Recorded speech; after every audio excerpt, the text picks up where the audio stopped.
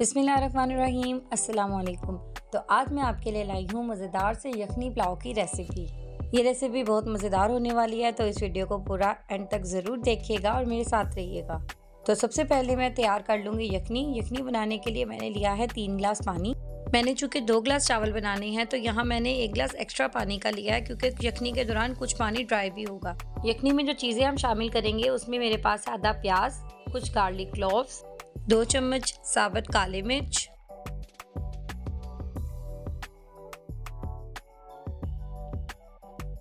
1 चम्मच नमक, और यहाँ पर अंदाजे के मुताबिक आप थोड़ी दालचीनी ऐड करेंगे। पुलाव के टेस्ट का अनुसार दालचीनी और सूखे धनिए पर होता है। ये दोनों चीज़ें आप जितनी ज़्यादा डालेंगे उतना ही मज़ेदार पुलाव आपका बनकर तैयार होगा। इसी तरह मैं इसमें 1 मुट्ठी के बराबर सूखा धनिया ऐड कर दूँगी। इसके बाद हम इसमें अपना चिकन शामिल कर देंगे, जो कि है तकरीबन आधा किलो, और फिर इसको हम स्टोव पर पकने के लिए रख देंगे। यखनी को हम तब तक पकाएंगे जब तक इसका कलर जो है वो ब्लैकिश ब्राउन ना हो जाए, मतलब सारी चीज़ों का रस अच्छे से ना निकल आए। इस दौरान यखनी का पानी भी थोड़ा ड्राई हो जाएगा, तो तकरीबन 2 गिलास रह जाएगा। जैसा कि आप देख सकते हैं, तकरीबन 15 से 20 मिनट के बाद हमारी यखनी अच्छे से पक कर ड्राई हो चुकी है। तो अब यखनी प्रिपेयर करने के बाद सबसे पहले हम चिकन के पीसेस को इसमें से निकाल लेंगे। ये हम इसलिए कर रहे हैं क्योंकि इन पीसेस को हमें तड़का तैयार करते हुए पहले शामिल करना है और यखनी को एंड पर शामिल करना है। और अब इसमें से हम अपने गार्लिक क्लोव्स को भी चुन लेंगे, जिनको मैं आगे चलकर बताऊंगी कि कब शामिल करना है। अब इस यखनी को हम स्ट्रेन कर लेंगे और ये जो मसाले आपको नज़र आ रहे हैं इनको हम डिस्पोज ऑफ कर देंगे। अब हम चावलों का तड़का प्रिपेयर कर लेंगे, जिसके लिए लिए है मैंने कुछ गार्लिक क्लोव्स और 1-2 हरी मिर्चें, जिसको मैं ब्लेंडर में डालकर ब्लेंड कर लूँगी। अब हमें तड़का प्रिपेयर करने के लिए जो चीज़ें चाहिए उसमें लिया है मैंने 1 बड़े साइज़ का प्याज, जिसको मैंने बारीक काट लिया, 3 टमाटर, और ये पेस्ट जो अभी हमने लहसुन और मिर्चों का तैयार किया है। अब एक कढ़ाई में आप ज़रूरत के मुताबिक ऑयल शामिल करेंगे और उसमें अपने प्याज शामिल करके उनको अच्छे से फ्राई कर लेंगे। पुलाव किस कलर का बनकर तैयार होता है वो इस स्टेज पर डिपेंड करता है।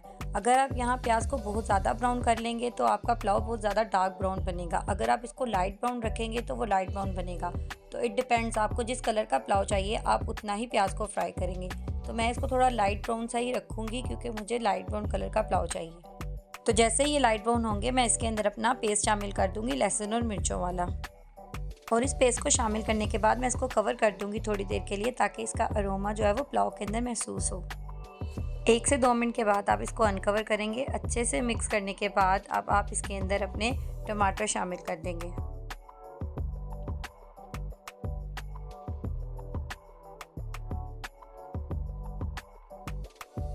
टमाटर शामिल करने के बाद आप इसको 1 से 2 मिनट तक पकाएंगे, और फिर टमाटर और प्याज़ों को गलाने के लिए आप इसको थोड़ा सा पानी शामिल करके कवर करके 2 से 3 मिनट के लिए पकने देंगे।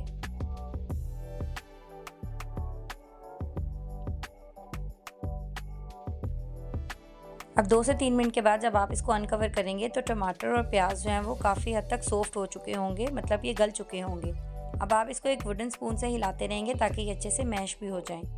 अब इसी पॉइंट पर हम इसमें वो चिकन शामिल कर देंगे जो हमने यखनी से निकाला है।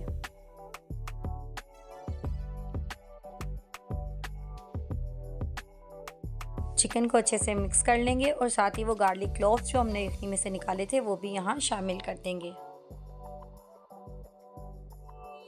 बस अब इसको थोड़ी देर के लिए पकाएंगे और साथ ही वुडन स्पून से हिलाते रहेंगे ताकि टमाटर प्याज जो है वो अच्छे तरीके से मैश हो जाए।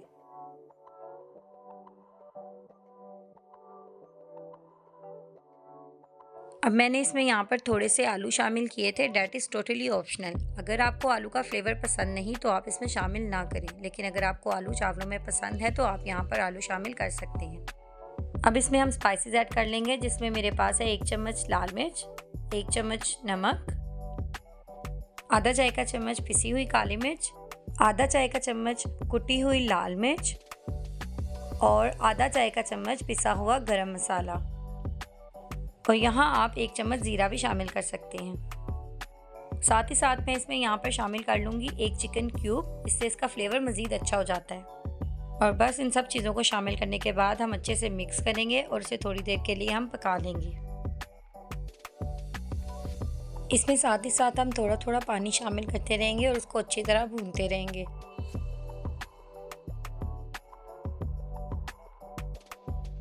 थोड़ी देर के बाद इसका रंग जो है वो सुर्ख होने लगेगा, ऊपर तरी नज़र आने लगेगी। अब इसके अंदर वो यखनी शामिल कर देंगे जो हमने स्टेन करके रखी थी।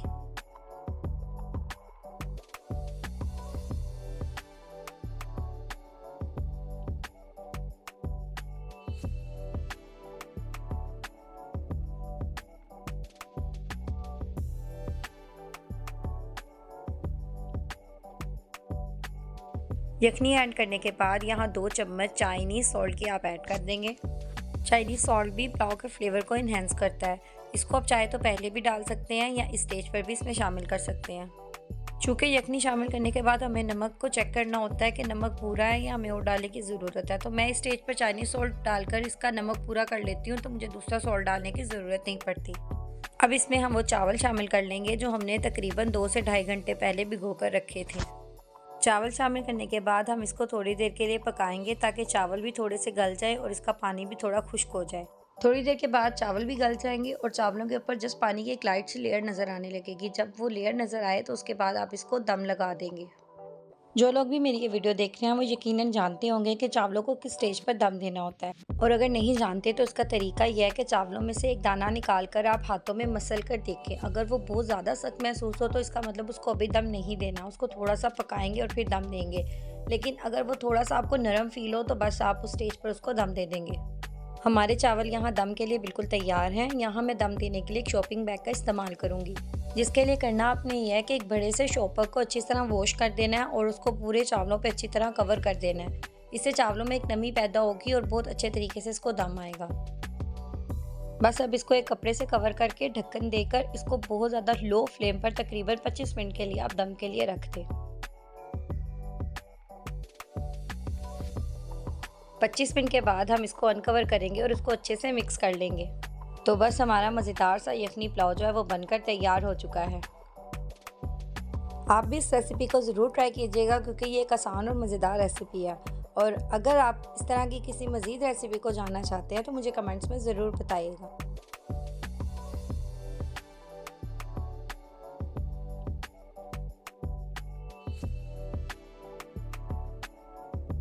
और अगर आपको मेरी ये रेसिपी पसंद आई हो तो मेरे चैनल को सब्सक्राइब और मेरी वीडियो को लाइक भी करिएगा।